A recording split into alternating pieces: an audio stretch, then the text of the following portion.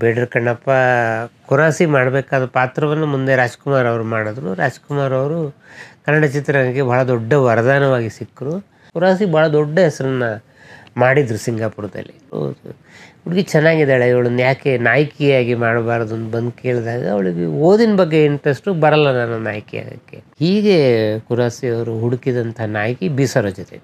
ಮುಂದೆ ಅದು ಬಹಳ ಪ್ರಸಿದ್ಧವಾಗಿ ನಾಡಗೀತೆ ಆಗೋದು ಕೂಡ ಕುರಾಸಿ ಅವರ ಈ ಟೈಟ್ಲ್ ಸಾಂಗಾಗಿ ಬಳಕೆ ಮಾಡಿದ್ದು ಕಾರಣ ಆಗುತ್ತೆ. ಹಾವು ಕಚ್ಚಿದರೆ ಅವರು ನನಗೆ ಶಾರ್ಟ್ ಎಲ್ಲಿ ಮಿಸ್ ಆಗುತ್ತೋ ಅಂತ ಸಿಗರೇಟ್ ಸೇರ್ತಾ ಇರ್ತಲ್ಲ, ಸಿಗರೇಟನ್ನು ಉರಿಯನ್ನು ಹಾವು ಕಚ್ಚಿದ ಜಾಗಕ್ಕೆ ತಿಕ್ಕೊಂಡು ಶೂಟಿಂಗನ್ನು ಕಂಟಿನ್ಯೂ ಮಾಡ್ತಾರೆ. ಇದನ್ನು ಚಿತ್ರಗೀತೆಗೆ ತೊಗೊಂಡು ಬಂದಮೇಲೆ ಚಿತ್ರಗೀತೆಯ ಸ್ಟ್ರಕ್ಚರನ್ನು ಕುರಾಸಿಯವರು ಬಹಳ ಅದ್ಭುತವಾಗಿ ಸೃಷ್ಟಿ ಮಾಡಿದ್ರು. 3 ನಿಮಿಷದ ರಾಮಾಯಣ ಬರ್ಕೊಟ್ಬಿಡಿ, ನಿಮ್ಗೆ ಬರೆಯೋದಾದರೆ ನಾನು ಪೆನ್ನೇ ಎತ್ತಿಟ್ಬಿಡ್ತೀನಿ. ಈ ವಿಡಿಯೋದಲ್ಲಿ ಖ್ಯಾತ ಚಿತ್ರಸಾಹಿತಿ ಹಾಗೂ ನಿರ್ದೇಶಕರಾದ ಕೋರ ಸೀತಾರಾಮ ಶಾಸ್ತ್ರಿಗಳ ಬಗ್ಗೆ, ಅವರ ಚಿತ್ರ ಜೀವನದ ಬಗ್ಗೆ ಒಂದಷ್ಟು ಮಾಹಿತಿಯನ್ನು ಹೇಳ್ತಾ ಇದ್ದಾರೆ ಸಿನಿ ತಜ್ಞರು, ಲೇಖಕರು ಆದ ಶ್ರೀಯುತ NS ಶ್ರೀಧರಮೂರ್ತಿಯವರು. ಬನ್ನಿ ಕೇಳೋಣ. ಕನ್ನಡ ಚಿತ್ರರಂಗಕ್ಕೆ ಬಹಳ ದೊಡ್ಡ ಕೊಡುಗೆ ಕೊಟ್ಟ ಹೆಸರುಗಳಲ್ಲಿ ಕೋರ ಸೀತಾರಾಮ ಶಾಸ್ತ್ರಿ ಭಾಳ ಮುಖ್ಯವಾದ. ಕೋರಾಸಿನ 3 ಅಕ್ಷರಗಳಿಂದಲೇ ಭಾಳ ಪ್ರಸಿದ್ಧರವರು. ಭಾಳ ಜನ ಕು ರಾ ದೀರ್ಘ ಅಂತ ಅಂದ್ಕೊಂಡಿದ್ದಾರೆ ಅವ್ರ ಹೆಸರು.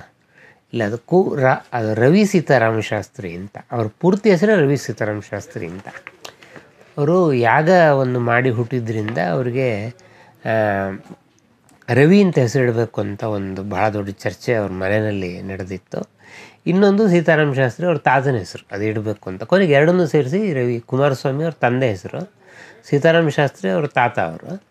ಇವರು ಅದಕ್ಕೆ ರವಿ ಸೀತಾರಾಮ ಶಾಸ್ತ್ರಿ ಅಂತ ಇಟ್ಟರು. ಅದು ಮಂದೆ ಅಬ್ರಿವೇಟ್ ಆಗ್ತಾ ಆಗ್ತಾ ಕೋರಾಸಿ 3 ಅಕ್ಷರಕ್ಕೆ ಬಂದು ನಿಂತ್ಕೊಳ್ತು.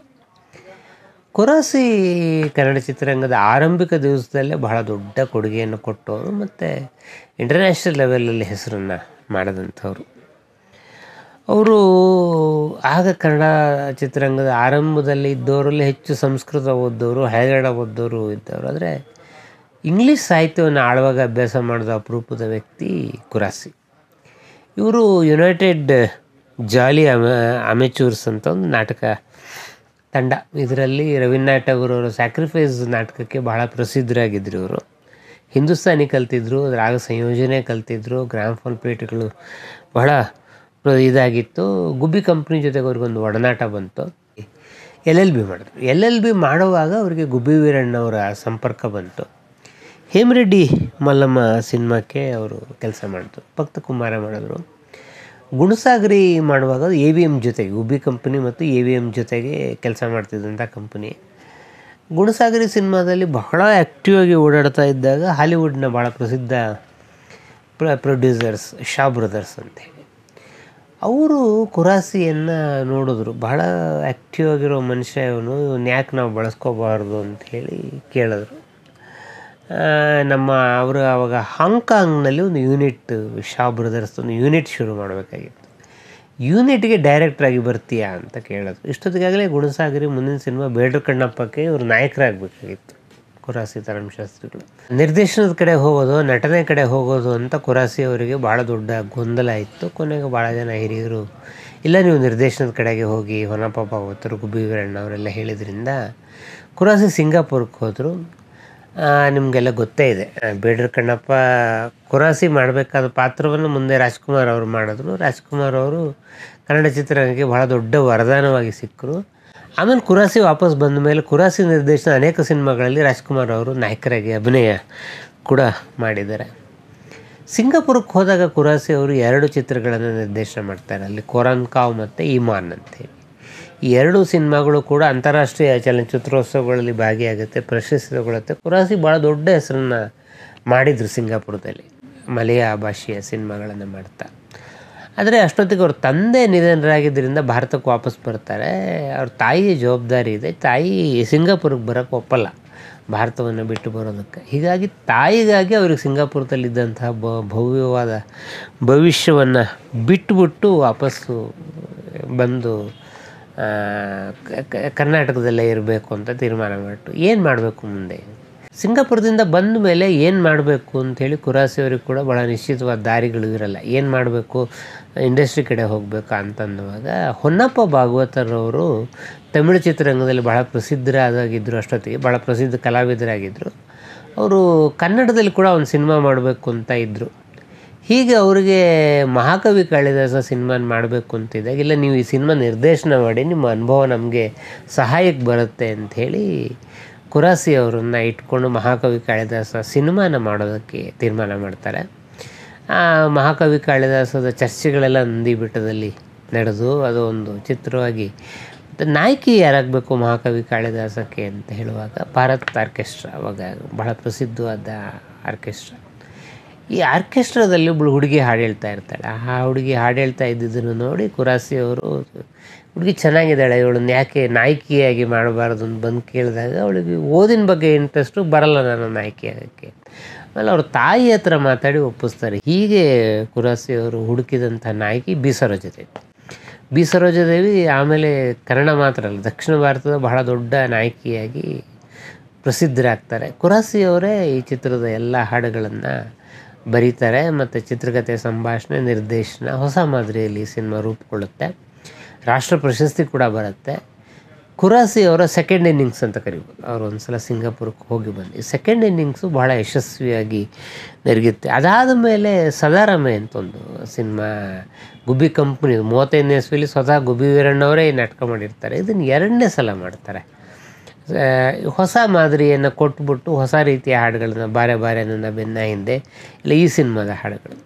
ಸದಾರಮೆ ಯಶಸ್ವಿ ಆದಮೇಲೆ ಅಣ್ಣ ತಂಗಿ ಅಂತ ಒಂದು ಸಿನಿಮಾನ ಮಾಡ್ತಾರೆ. ಅಣ್ಣ ತಂಗಿಯ ಸಿನಿಮಾದ ವಿಶೇಷ ಏನು ಅಂತಂದರೆ, ಈ ಮೈಸೂರು ಗ್ರಾಮ ಭಾಗದಲ್ಲಿ ಮಾತನಾಡುವ ಭಾಷೆಯನ್ನು ಬಳಸ್ಕೊಳ್ತಾರೆ ಕುರಾಸಿ. ಅದೇ ಬೇಕಾದ್ರೆ ನೀನೇ ಇಟ್ಗ.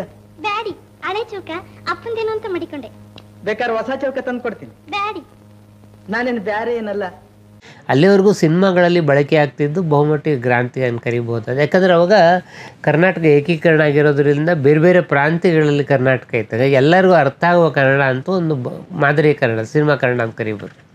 ಅದನ್ನು ಬಳಸ್ತಾ ಇದ್ರು. ಗ್ರಾಮ್ಯ ಕನ್ನಡವನ್ನು ಅಣ್ಣ ತಂಗಿಯಲ್ಲಿ ಕುರಾಸಿ ಬಳಸ್ತಾರೆ. ಅಣ್ಣ ತಂಗಿ ಕೂಡ ಭಾಳ ಪ್ರಸಿದ್ಧವಾದ ಸಿನಿಮಾ ಇದು. ರಾಣಿ ಹೊನ್ನಮ್ಮ ಒಂದು ಜನಪದ ಕಥೆಯನ್ನು ಇಟ್ಕೊಂಡು ಒಂದು ಕುರಾಸಿ ಸಿನಿಮಾನ ಮಾಡ್ತಾರೆ. ರಾಣಿ ಹೊನ್ನಮ್ಮ ದಲ್ಲಿ ಒಂದು ಸಿಂಗಾಪುರದಲ್ಲಿ ಅವರು ಒಂದು ಮಾಡಿದ ಒಂದು ಟ್ಯೂನ್ ಉಳ್ಕೊಂಡಿರ್ತಾರೆ. ಅದನ್ನ ವಿಜಯ ಭಾಸ್ಕರ್ಗೆ ಹೇಳಿ ಇಲ್ಲಿ ಆ ಟ್ಯೂನೊಂದು ಇನ್ನೊಂದು ಸಲ ಬಳಸ್ತಾರೆ. ಅದು ಹಾರುತ್ತ ದೂರ ದೂರ ಅಂಥೇಳಿ, ಅದು ಫಸ್ಟ್ ಗಿಟಾರ್ ಕನ್ನಡದಲ್ಲಿ ಯೂಸ್ ಮಾಡಿದಂಥ ಹಾಡದು. ಇದು ಬಹಳ ಪ್ರಸಿದ್ಧವಾಗುತ್ತೆ ಈ ಹಾಡು ಕೂಡ. ಈ ಥರದೊಂದು ತಾಂತ್ರಿಕವಾದ ಇದು ಕುರಾಸಿ ಅವರಿಗೆ ತುಂಬ ಚೆನ್ನಾಗಿ.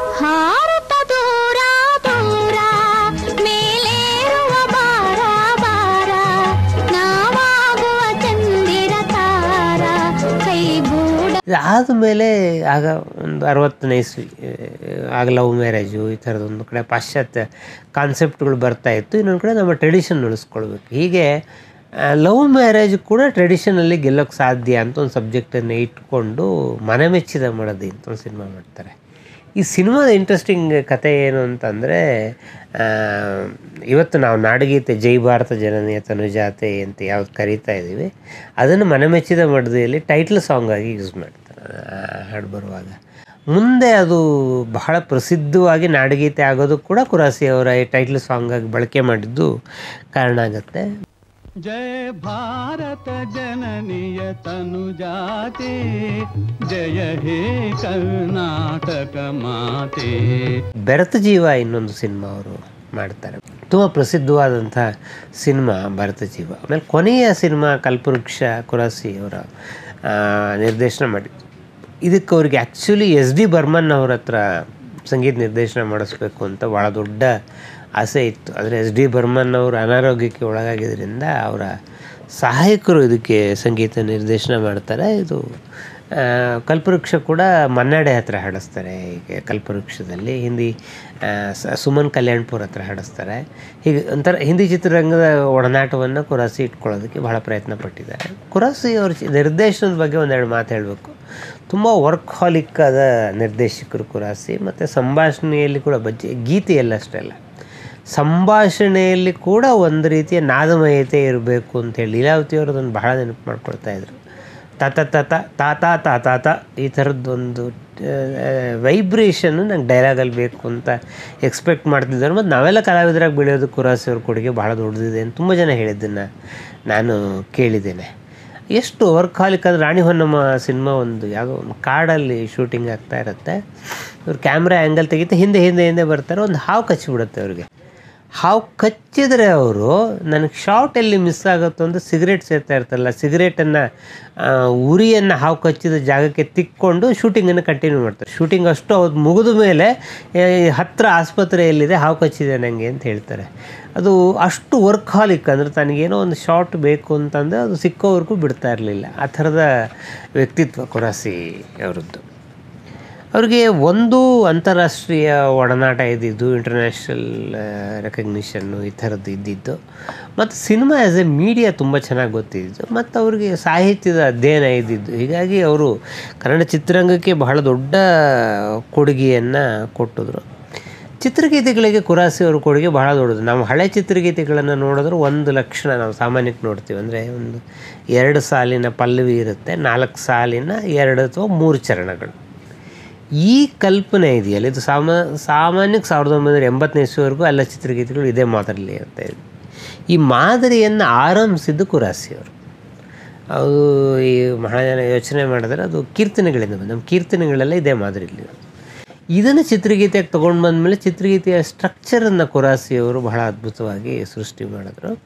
ಆಮೇಲೆ ಬಹಳ ಚಿಕ್ಕ ಸಂದರ್ಭಗಳಲ್ಲಿ ಕೂಡ ತುಂಬ ಅದ್ಭುತವಾದ ವೊಕ್ಯಾಬ್ಯುಲರಿ ಅವರ ಜೊತೆ ಒಡನಾಡಿದವರೆಲ್ಲ ಅದೊಂಥರ ಸರಸ್ವತಿ ಭಂಡಾರನೇ ಅವ್ರ ಜೊತೆಗಿತ್ತು ಅಂತ ಹೇಳಿದ್ದನ್ನು ನಾನು ಕೇಳಿದ್ದೇನೆ. ಒಂದು ಉದಾಹರಣೆ ಭೂಕೈಲಾಸ ಸಿನಿಮಾ ಸಂಪೂರ್ಣ ಸೃಷ್ಟಿ ಆಗಿಬಿಟ್ಟು ಇನ್ನೇನು ಎಡಿಟಿಂಗ್ ಸ್ಟೇಜಿಗೆ ಹೋಗಿದೆ. AVM ಪ್ರೊಡಕ್ಷನ್ ಅವರದ್ದು. ಒಂದು 3 ನಿಮಿಷ ಕಮ್ಮಿ ಬೀಳ್ತಾಯಿದೆ. ಅದು ಅವಾಗ ಒಂದು ಲೆಂತು ಭಾಳ ಮುಖ್ಯ. ಯಾಕಂದರೆ 3 ಗಂಟೆ ಇಲ್ಲಿದ್ರೆ ಜನ ಕಲ್ಲು ಹೊಡಿತಾಯಿದ್ರು.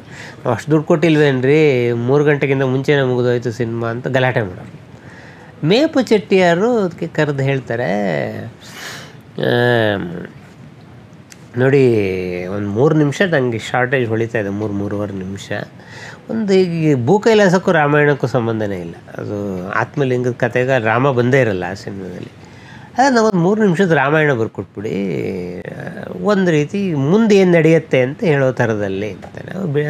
ತೆಲುಗು ಮತ್ತು ಕನ್ನಡ 2 ಒಟ್ಟಿಗೆ ಆಗ್ತಾಯಿದ್ದಿತ್ತು.